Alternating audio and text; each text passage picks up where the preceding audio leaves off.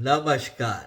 आप सभी को हमारे चैनल पे बहुत बहुत स्वागत है और उम्मीद करते हैं कि आप सभी स्वस्थ और सुरक्षित हो। कहा जाता है कि आप जितना गड्ढा दूसरे के लिए खोदते हो वो वापस आपके पास आता है, और राजनीति इसका पहला एग्जाम्पल है।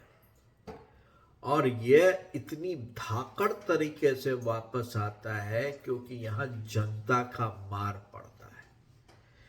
जिस एरोगेंस, एटीट्यूड और अप्रोच के साथ उद्धव ठाकरे भाईजान के कुछ वफादारों ने पूरे इलेक्शन कैंपेन में निगेटिव मार्केटिंग की पार्टी की, एक तरह से उल्टा सीधा जो मन हुआ वो बोला और उससे पार्टी की छवि को जो नुकसान पहुंचा दिया, उसके चलते आज जो है उद्धव ठाकरे की जो पार्टी है, जिसको कम से कम 50 सीट मिलनी चाहिए थी, उसको बहुत बड़ा घाटा, क्योंकि अपने उन वफादारों ने अपने को तो भाई राज्यसभा में बैठा के दिल्ली से ज्ञानबाजी चालू है। उनको तो अंतर कुछ पड़ता नहीं है, क्योंकि उनको कभी इलेक्शन लड़ना नहीं है। इलेक्शन लड़ेंगे कोई और उद्धव भाई हमको भेज देंगे।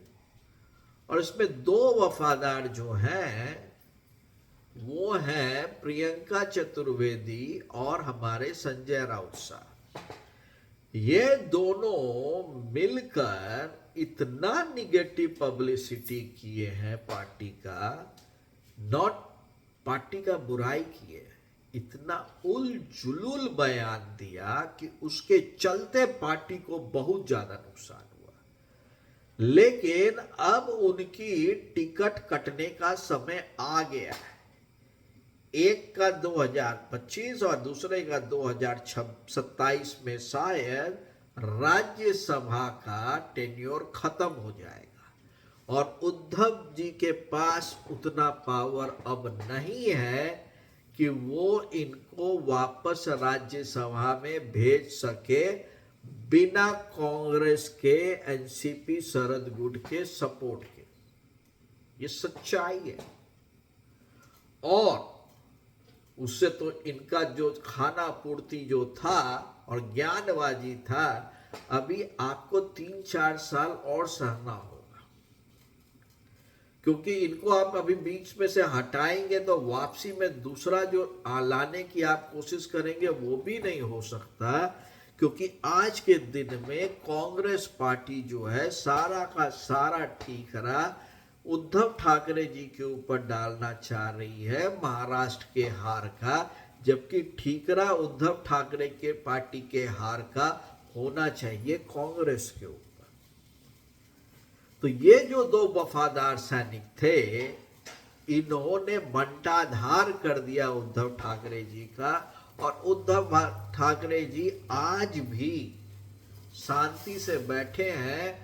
और ये एक नेता इनमें से आज जोश और जिस तरह से पूर्व माननीय चीफ जस्टिस ऑफ इंडिया के बारे में कमेंट किया है, मेरे को तो लगता है कि सुप्रीम कोर्ट को उसका संज्ञान लेना चाहिए और इलेक्शन कमीशन को एक गाइडलाइन निकालना चाहिए कि आप जब किसी पर बयान देते हैं तो किस मर्यादा में रह के देना चाहिए।